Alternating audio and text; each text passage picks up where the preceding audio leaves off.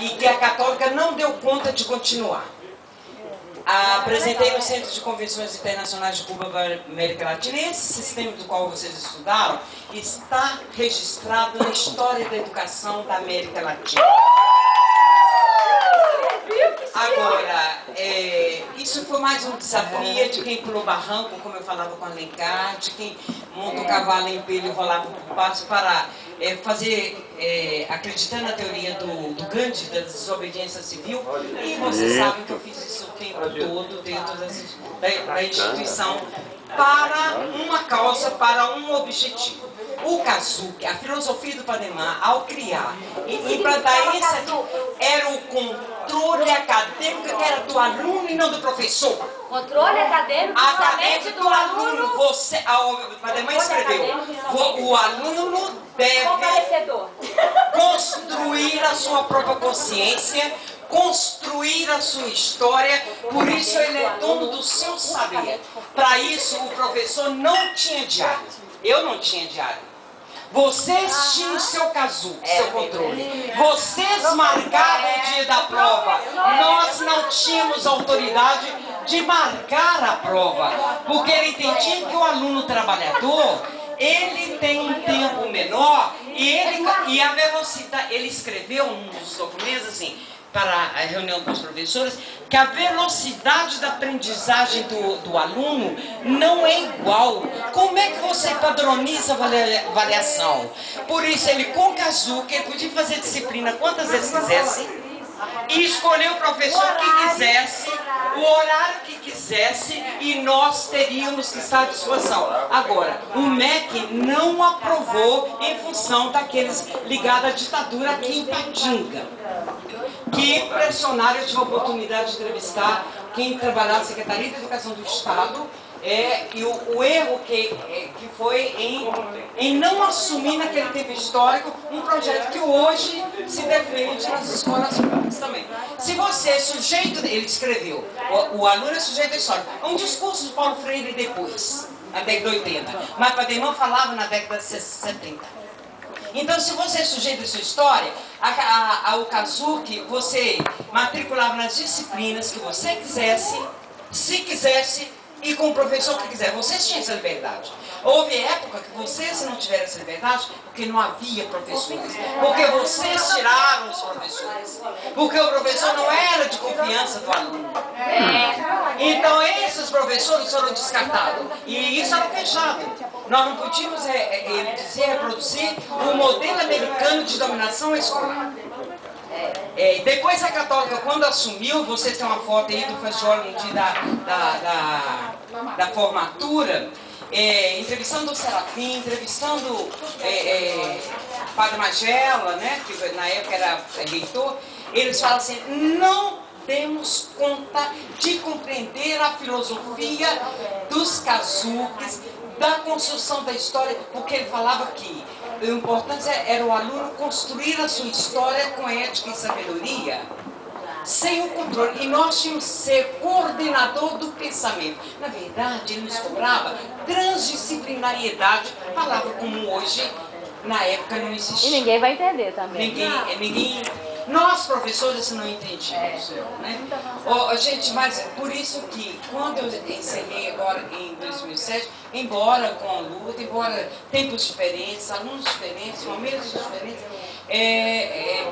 fazendo um balanço, vocês são de uma época que vocês realmente fizeram valer, aprenderam o que quiseram, quando quiseram, sabotaram o que quiseram. Também sabotaram e Alencar.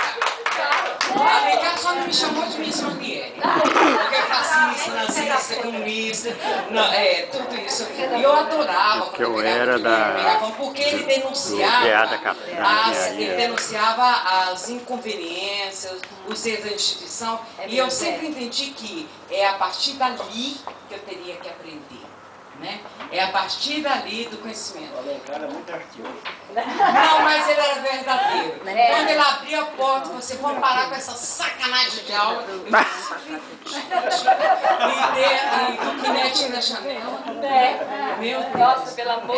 Ainda me lembro. Olha, que bom que lamento, a gente lamenta depois de estudar muito, de conhecer outros sistemas, como de Israel, de Cuba, da Bélgica, né, aí mais de 10 países, que na verdade Pademan tinha um projeto de educação sui generis, que o ideal seria para todo o país, mas os professores não estavam preparados. Nós não fomos preparados para esse modelo.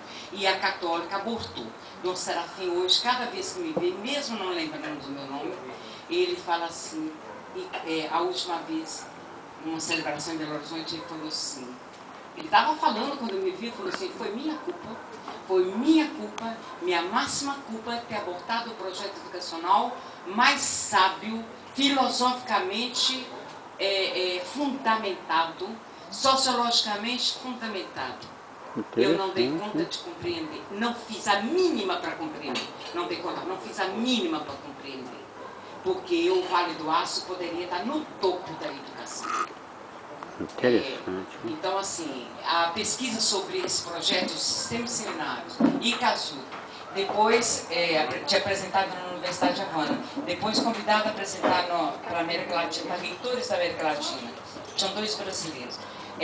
Foi interessante que você leu os documentos, as atas das reuniões, a proposta, e quando eles me cobraram, quando eu apresentei, né, no nível de mestrado, a argumentação de Vygotsky, Paulo Freire, Pademan e tudo, e devagarinho com fundamentação, botei Vygotsky lá embaixo, Paulo Freire mais igual, e mostrei como o Pademan foi superior à época dele, mas queria que os trabalhadores tivessem consciência da sua importância num vale que produz aço.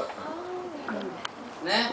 Então, assim, eu me senti realizada por conseguir divulgar em vários lugares esse sistema do Casu. E lamento que hoje os alunos, o que o professor vomita, aprende, não aprende, não questionam, não gritam no microfone mais, e você pergunta, você não encontra muitos que querem realmente aprender a desaprender para aprender a aprender. Não é eu que falei, não é Paulo Freire, foi Pademan em 77.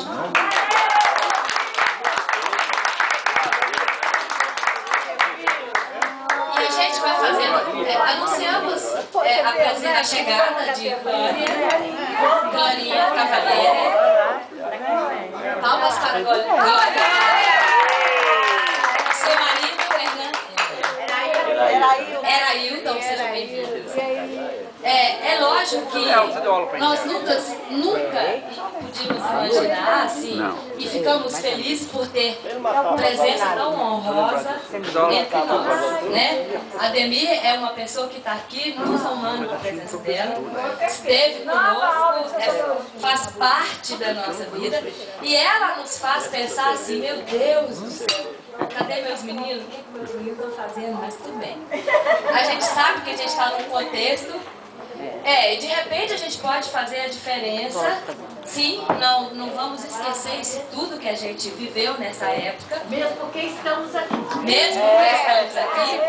E guardadas as devidas proporções, de repente os nossos filhos ainda terão um pouquinho dessa veia, dessa verve, né, que a gente tinha nessa época e que nos manteve até agora. E que Professor Wilson aprovou? Professor Wilson aprovou. Olha, nós não vamos discutir filosoficamente tudo isso, mas sabemos que estamos num contexto e que temos, de repente, uma responsabilidade de fazer diferença. Agora, quando saiu essa ideia aí do construtivismo moderno, né? De você poder... De você escrever do jeito que você acha que né? Assim como você se diz, isso não mata, né? Tudo bem. Mas nós somos sobreviventes, graças a Deus. E a ideia que a gente teve é assim, sabe? De cada um chegar aqui, quem quiser, claro, e dizer o que aconteceu com ele de 81 pra cá, rapidamente, né? Assim, histórias de sucesso e de fracassos que compõem o ser humano. Nós somos humanos, não somos perfeitos. Então eu queria saber se alguém se habilita. Você começa.